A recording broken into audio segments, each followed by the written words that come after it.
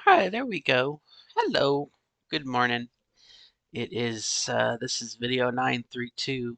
I'm not sure what the title is going to be. But it's just about the end of April 2023 and I woke up this morning. It's Monday morning before work.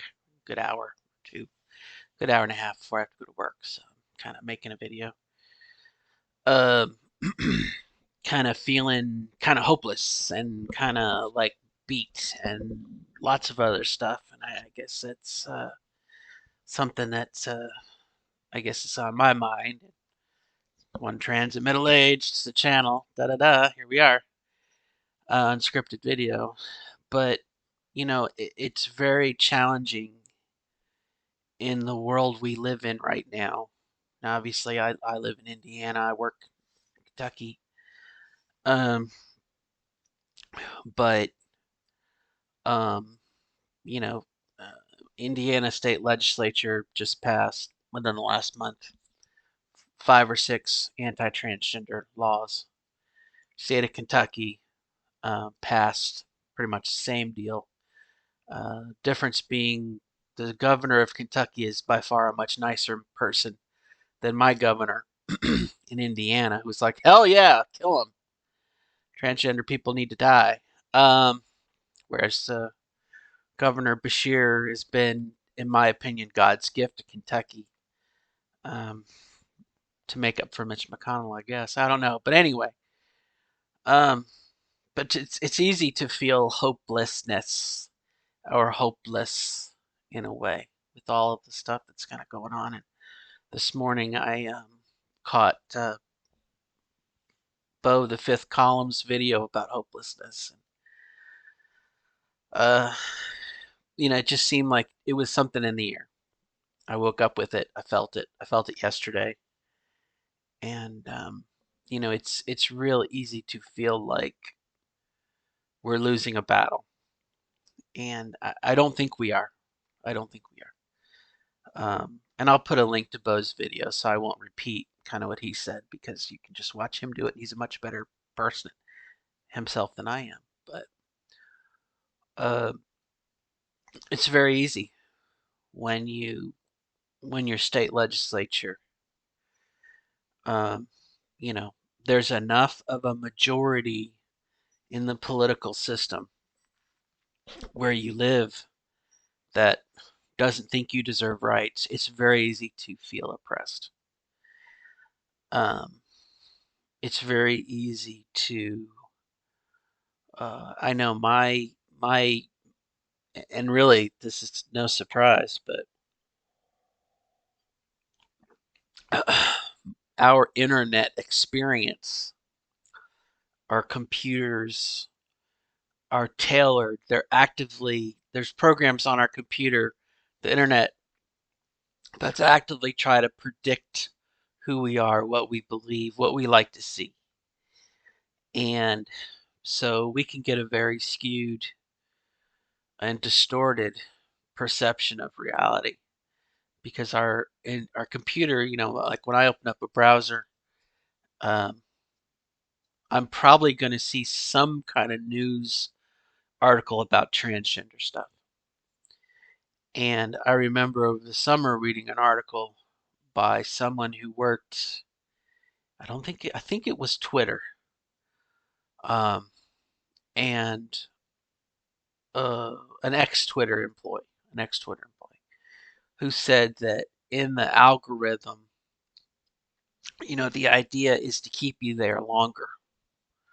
And so, for example, when I go to my Yahoo page, my preferred, I guess, Yahoo knows enough about me that knows something that's going to emotionally trigger me to stay longer.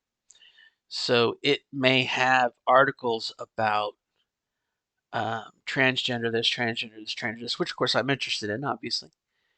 But then it will deliberately put something from Fox News about hate because it wants to provoke a response in me that I stay on the page longer so they can show me more ads. I mean, and that's just the way it goes. in America, television, um, you know, anything to sell you more shampoo or soap or whatever. Um, it comes with the territory, you know, to get free, you know, whatever. We get those ads, right? Um, I remember over the summer, I don't think it was necessarily intentional on Yahoo or YouTube's part, but because of my channel, it seemed like whenever I logged on to YouTube, I got the video that was the Matt Walsh movie, What is a Woman? No, a Ben Shapiro vehicle. Um, I would, say, put on, ask for a Doctor Who episode, and I would get this anti-transgender video, and I was like, okay, stop it with this. So the algorithm is there. Our computers, our phones are constantly trying to predict what we want to see, or what it can show us to get us to be involved in it. Okay, it's the same reason why your grocery store is set up the way that it is. The grocery store puts the things that you need the most way in the back of the store. Okay, the milk is going to be way in the back of the store. The eggs are going to be way in the back of the store. Okay, because they want you to push the cart all the way through the store to get to what you need, right? Okay. Because you're gonna see more ads, and you're gonna, oh, hey, that's on sale this week. Do we need it? Well, no, but it's on sale. Um, you know, uh, try going shopping without a shopping cart, and you'll find your time in the grocery store is a lot less. They want you to get a cart and push it because that slows you down. You know, there's a psychological component. Anyway, same thing going on the internet. Uh, but it's easy to lose hope, and I'll let Bo talk about hope. But when I woke up this morning, I was like, I could just feel doubt on my shoulders. And for the first few minutes, as I navigated, I stumbled, trying to, not because I was drunk, but just not awake yet. Um, I was in the shower, and I'm just negative thoughts, negative thoughts. I'm like, woo, I don't need this negative thoughts. No bad news from the whiz.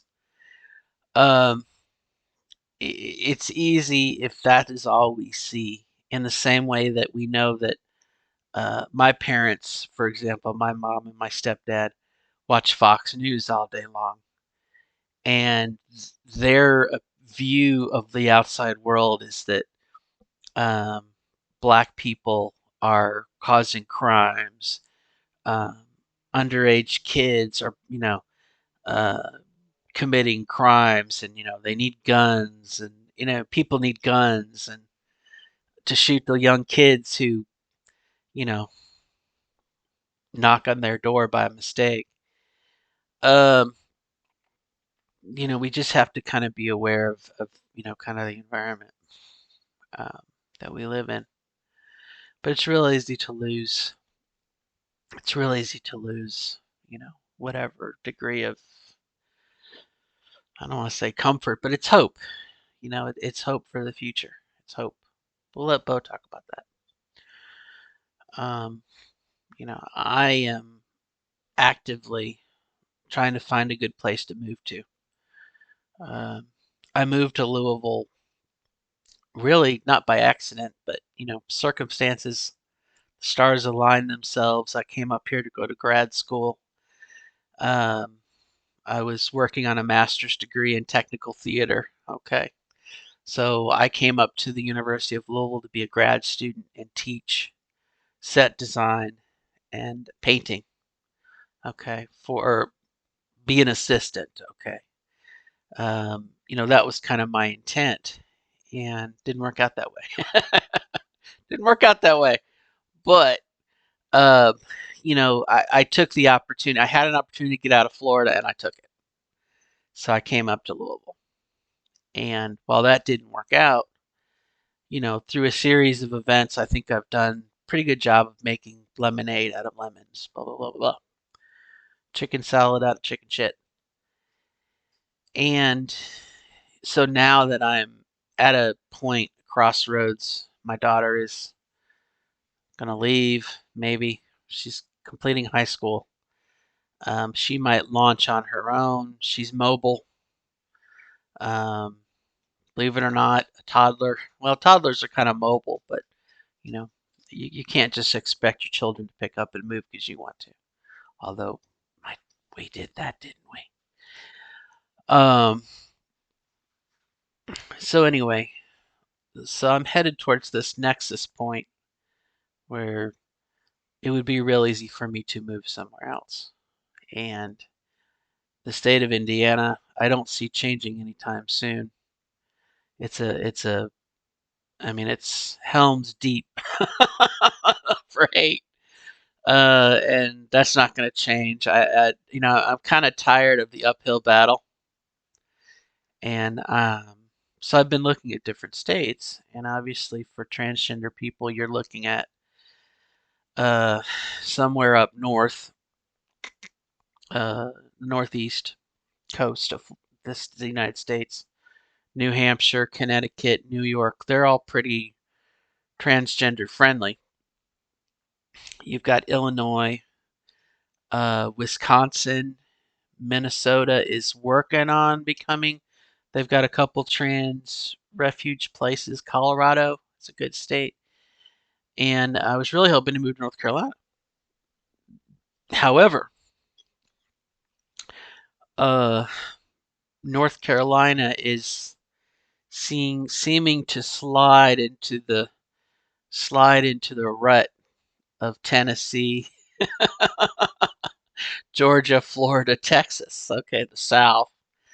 I'm seeing North Carolina like, so you say, oh well, if I move to North Carolina, maybe I'll push it back up, right? But at this point in my life, 51 years old, I'm like, fuck it, I don't, you know, I want to move to a state that's not trying to kill me.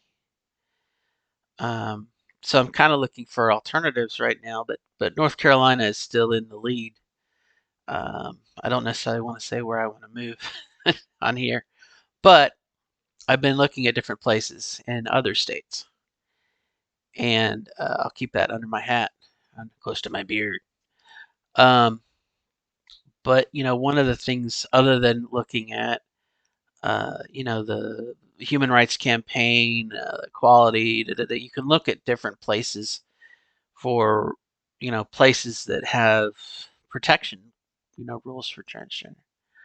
But I really am like actively like looking for a place that I want to go, and does it have X, Y, and Z that I want to live? Does it have the weather that I want? Does it have the geography that I want?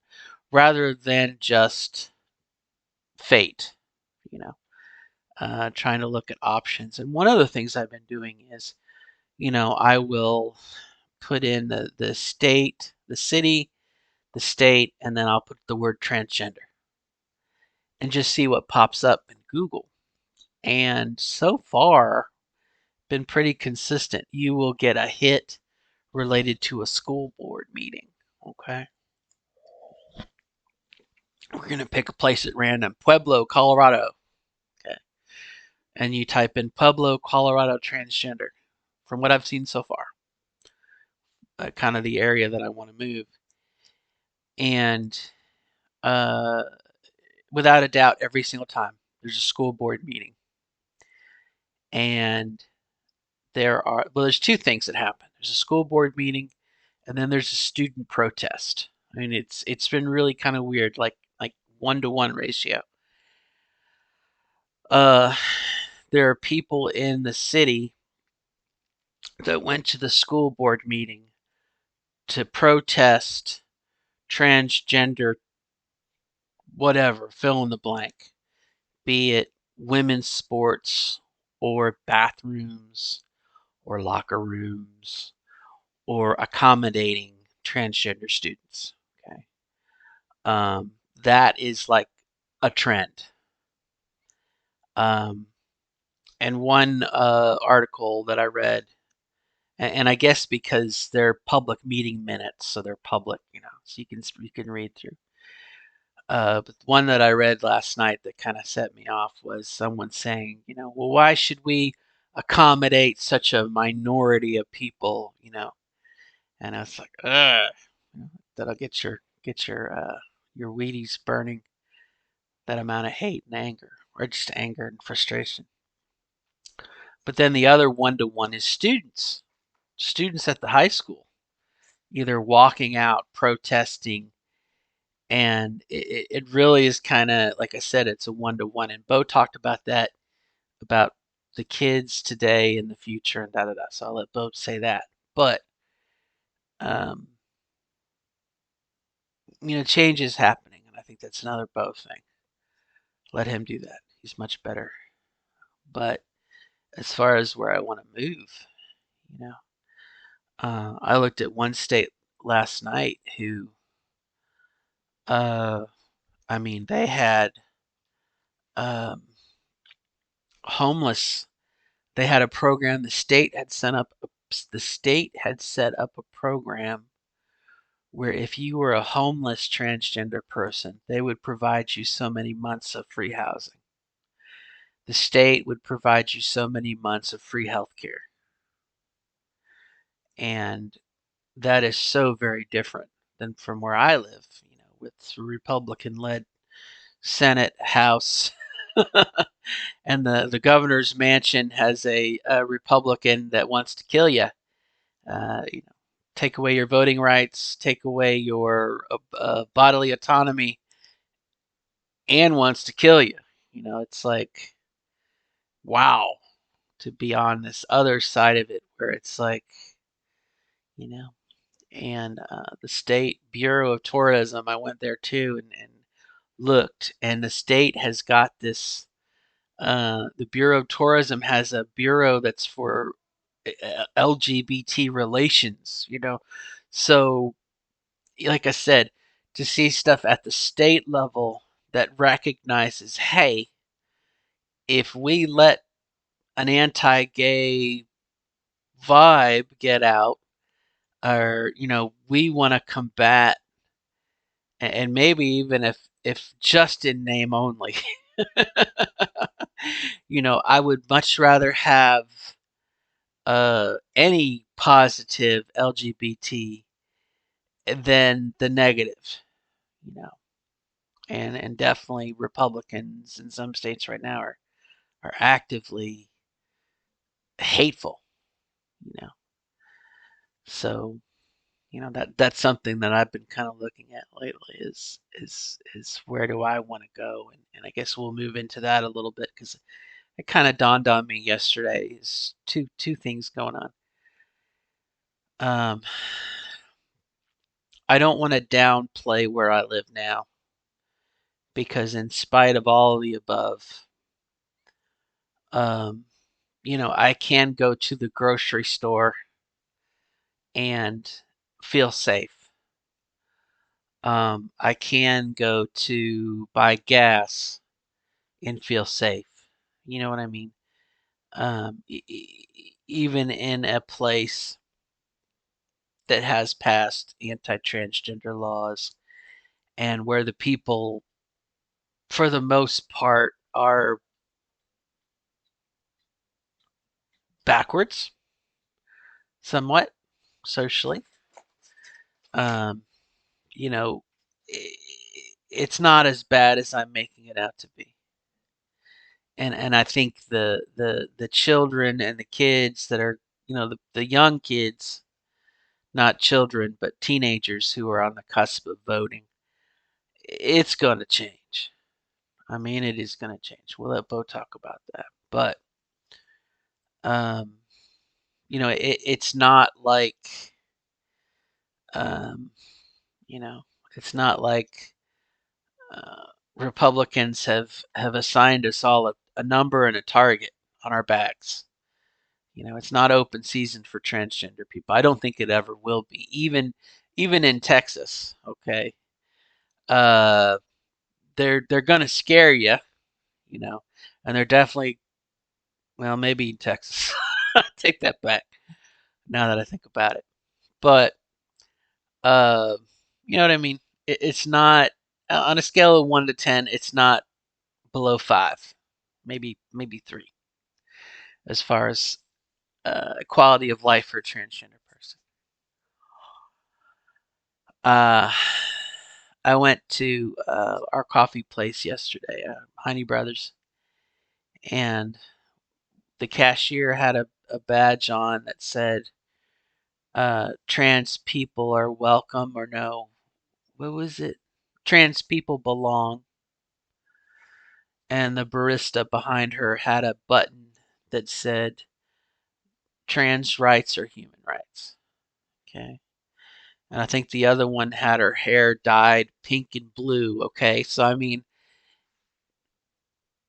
that is huge for people in their 20s who are going to be able to vote in 2024, maybe for the first time or maybe for the second time. You know what I mean? Like the future is, we're like right there on the cusp of change. And so it's very easy. Well, it is easy to lose hope and to feel hopelessness. I mean, it's going to happen. And much like Bo said about interracial stuff, I can remember, again, back in high school, white kids and black kids didn't date. Um, hell, Latino and white kids didn't date. And I grew up in South Florida. Okay, we had a large Cuban population. Okay, um, so anyway, so things are changing, but it is very easy to lose hope. I forgot my train of thought there. Oh, just two things. One is to realize things are not necessarily as bad as I think they are. Now they are still very bad, but they will get better. But the other thing is, oh, I don't want to diss where I live now. I think is kind of the vibe of it.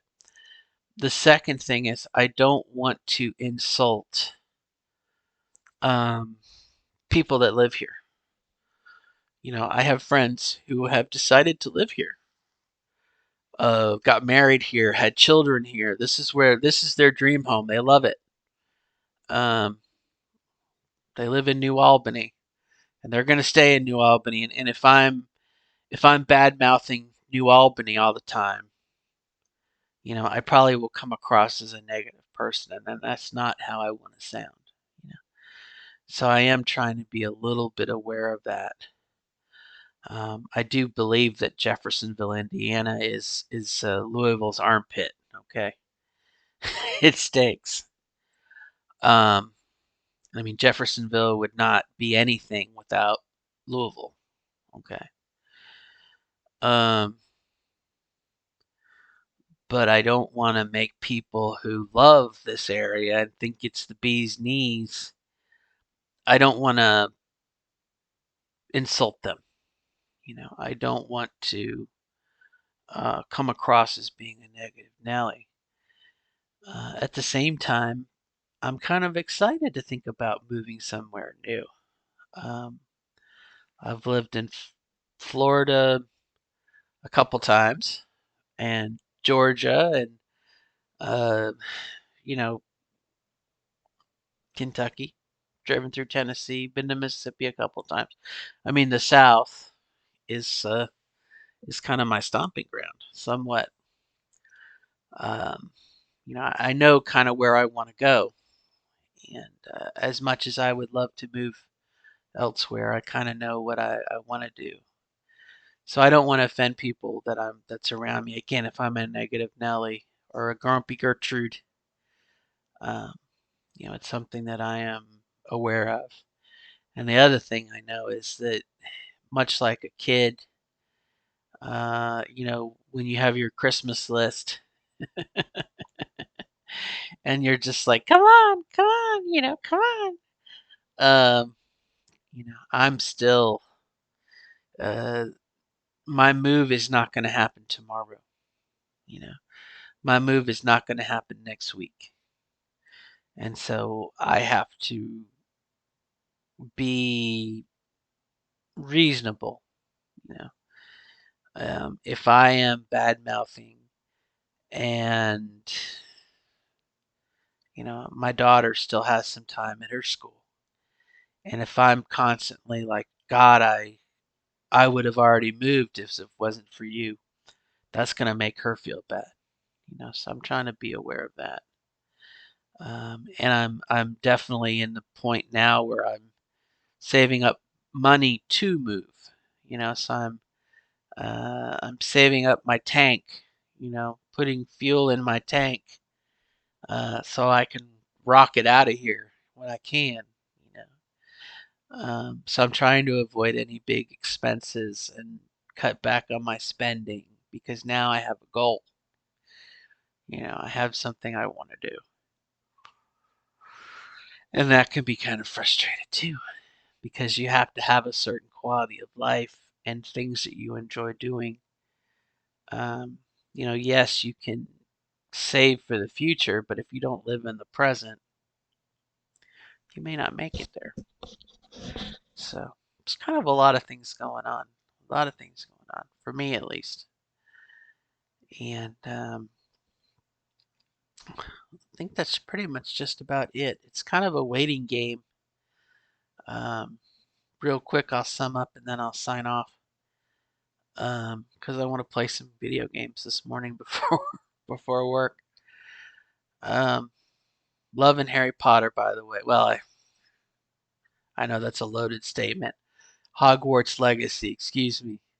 Played a lot of that yesterday, and I'm probably about 60, almost 70% through the story. So I'm curious to see how it pans out, but let's not get into her. She's a bitch. She's a bitch. Ooh, let's not get into her. Um, what's I gonna say? Getting old is terrible, isn't it? Pew. Um, we talked about moving. Oh, waiting.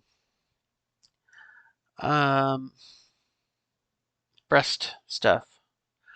Um, everything is away. Everything is away. A week ago, I saw some traction in my portal uh, thing from my health network where my mammogram records got transferred to the surgeon's office. Pew! And so, really, it is totally out of my hands now. Out of my hands. I could be a pest. I might be a pest one day if I haven't heard back by the end of May. I'll give it a month. I'll try to give it a month. Um, and I'll ask. My health insurance is going to change. That's the other thing that happens in 2 months. Humana is getting out of the commercial business, and for whatever reason, Humana employees will no longer have Humana insurance. I don't know why. We'll have Blue Cross Blue Shield, and I'm a little concerned that if I can have breast implants, well, it's not covered by my insurance anyway. What the fuck? I'm paying out of pocket anyway. I guess there's really nothing to worry about. And maybe it will be covered. Who knows? So that's on the horizon 2 months from now, or a month and a half from now. Was it almost May? June? It'll be July. Um, so it's out of my hands. It's a waiting game, much like the other is a waiting game. This is a waiting game. I've done all I need to do. I've done all I can do, other than to continue to eat better and try to exercise when I feel like it. Um, so that's kind of the other waiting game. And other than that, I can't think of anything else. So I guess I'll sign off. And then I'll remember it. I'll be like, oh, I should have talked about that. But I wish you the best of luck in all that you do. And I'll put a link to Bo's video because I think it's pretty important. Um, it is very easy to feel hopelessness or like something is wrong. That was my feeling this morning when I woke up. Is I just was in bed and it's like immediately three or four things just descended on my shoulders. And I walked around and I was just like, okay, water, pills, prescription, medication, and then coffee, and to try and get out of the idea that the world was not a good place to be in. Yeah, I don't know if I want to go into that. I did say I'd shut up. Um, but I posted something on my Facebook about the danger of saying life is what you make of it, or we're responsible for our own happiness. Maybe if I could do it in a minute or less, maybe you'll let me. Um, I see that a lot. My mom says it. Oh, well, honey, life is what you make of it. Well, fuck you too. Both barrels. Okay. Um, I have only heard that statement from white people, and usually white women who are married. Okay. Um, uh, yes, we're fully capable of our response to an event. Ah, this is a traumatic event. Ah, this is a bad thing. We have total control over our response to it. Okay. It is what you make of it. Okay. But in the same way of saying all lives matter, when someone says, well, Black lives matter, well, all lives matter. When someone is having a bad day or a bad moment, or they're feeling terrible, or something's wrong in their lives, for someone to say, well, happiness, you make your own happiness, or life is what you make, that is a total inappropriate, ah, bad thing to say. Okay. That is a this is shit moment. Okay. Not a platitude, you know. Well, the grass is always greener on the other side. Early bird catches the worm. Um, you know, just something to be aware of. Because I know I occasionally feel it. I'm like, oh, gee, life is what you make. Okay, absolutely. But when someone is going through a bad time, hold that one back because, um,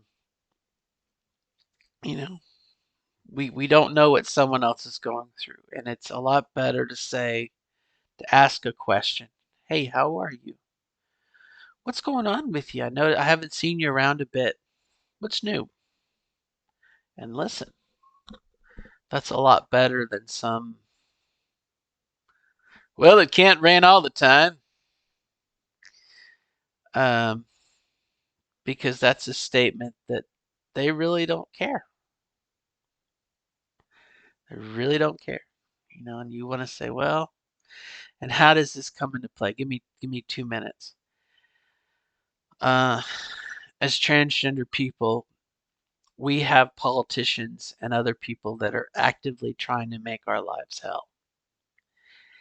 And that sort of passive positivity, it only works when the world is not trying to kill you. And that's our experience here in the United States at the moment. We are uh, the second uh, the second topic right now of public frustration. The big thing right now is abortion. Okay, having access to pills and whatnot. Um, if that ever gets resolved, and I hope one day women have bodily autonomy again, that's going to be a great day. but it also is going to put more burden on transgender people because now we will be the focus. Right now, you have Republican strategists that are trying to say, for generations, it's been, pro-life has been like the bread and butter, the one issue. If you have one issue voters who are generally nice people, they have good beliefs, but you can say to them, well, you're against abortion. You don't kill babies, do you? They're single issue voters. And once that's gone, all of that hate and attention and money is going to be focused against transgender people.